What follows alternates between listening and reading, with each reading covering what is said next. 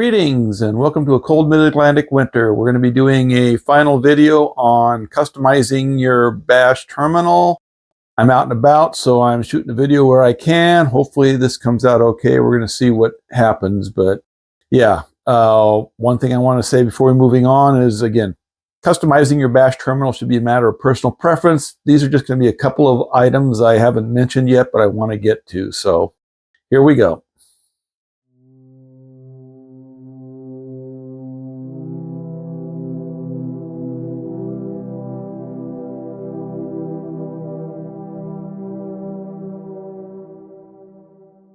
Okay, some of the items presented here deal with things other than your bash RC file. Well, they deal with other people's bash RC file would be the best way to put it, specifically the root bash RC file. One of the things we're going to be covering is customizing your root bash prompt and why you might want to do that. And then we're going to talk a little bit about bash history and setting some of that stuff up in your configuration file if you want to do that.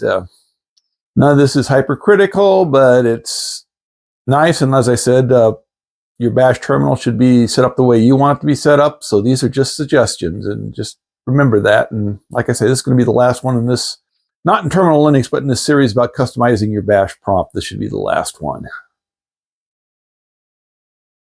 All right, let's go ahead and log back into our Debian instance here. We've used this a number of times already, so you should be familiar with it. We'll go ahead and open up the terminal, xterm here, and expand it out. All right, so we're going to talk about SU to root. You enter the SU, you enter your root password, and you will notice even though you're the root user, you're actually in your home directory for the user you were when you SU'd over. You should also notice there's some difference because we styled our PS1 font.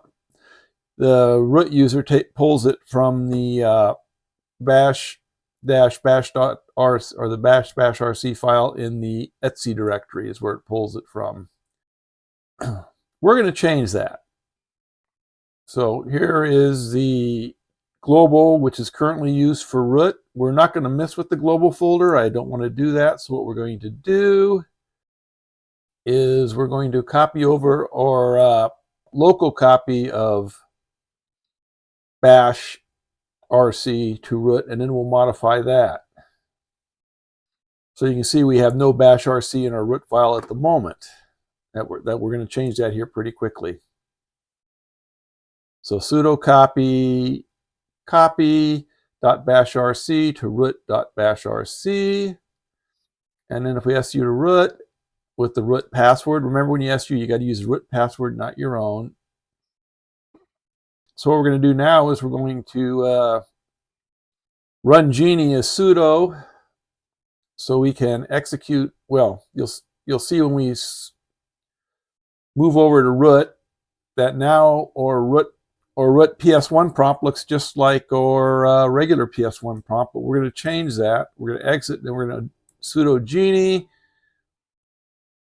and we're going to open our.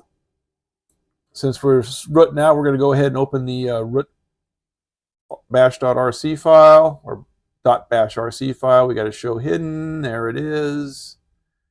The one we just copied over. And we're going to change this to root. So we'll probably have to add some more here. So when we look at this, we'll know this is for root. We can expand on that later. Now what we want to do is we're going to come down here to the PS1 prompt, and we are going to change that. So I'm doing a find replace, and instead of 75 we are going to use 11 for the color. This should give us a nice yellow color, I think. We'll find out. Anyway, we'll replace all the occurrences, and we're going to change this one to a nice red color. And finally, we've got our italic here. We're going to change to blinking. And we can go ahead and save, get back our terminal, and let's SU over to root and see what happens. There, that should be sufficiently annoying to let us know we are definitely root. All right, that was fun. even if you SUL root. And I got to talk about that at some point. But yeah, again, this definitely lets us know we're running root when we're running root. So done. Okay, on to the next thing. Okay, so back to our terminal, and the next thing we want to play around with is the history. You remember history, right? You hit the up arrow and you go through your bash history. If we do the history command, we can see everything is in our bash history. There's a lot of entries. We can go ahead and do an echo to see what the actual size of the hist file is. I should note there's two history files. There's the history file in catch, and then the history file in our home directory at .bashrc, or not, .bash_history. And we can check its size too. They're both 500. That's how many entries are going to take. You may need less, you may need more. And you may want to rename the file. I can't think of a reason why, but we're going to go over adding some of that stuff to our .bashrc file. There's our history file. That's the permanent one in our cat, and then we have the cache history file. When you exit your terminal, the cache is written to the bash history file. So again, back to our Genie text editor. Let's open our bashrc file here.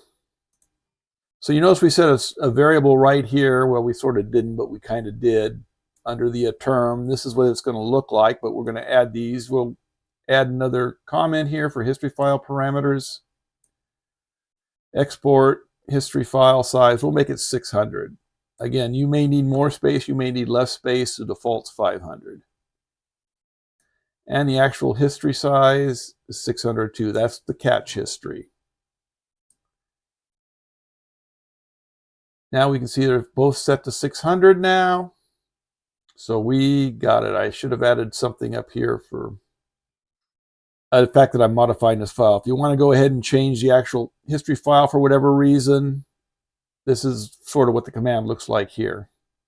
All right, that's it for one of the last things I wanted to cover under modifying your bash prompts. So like I say, we can move on from this to some other stuff.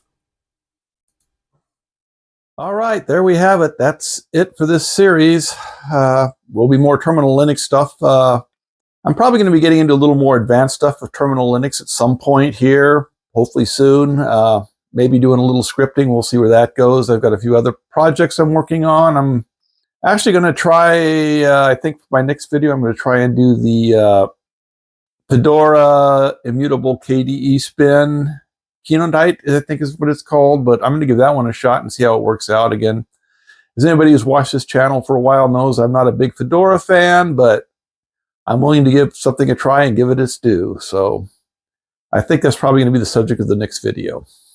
But until then, please like, comment, and subscribe. And I appreciate you watching, and we'll catch you next time.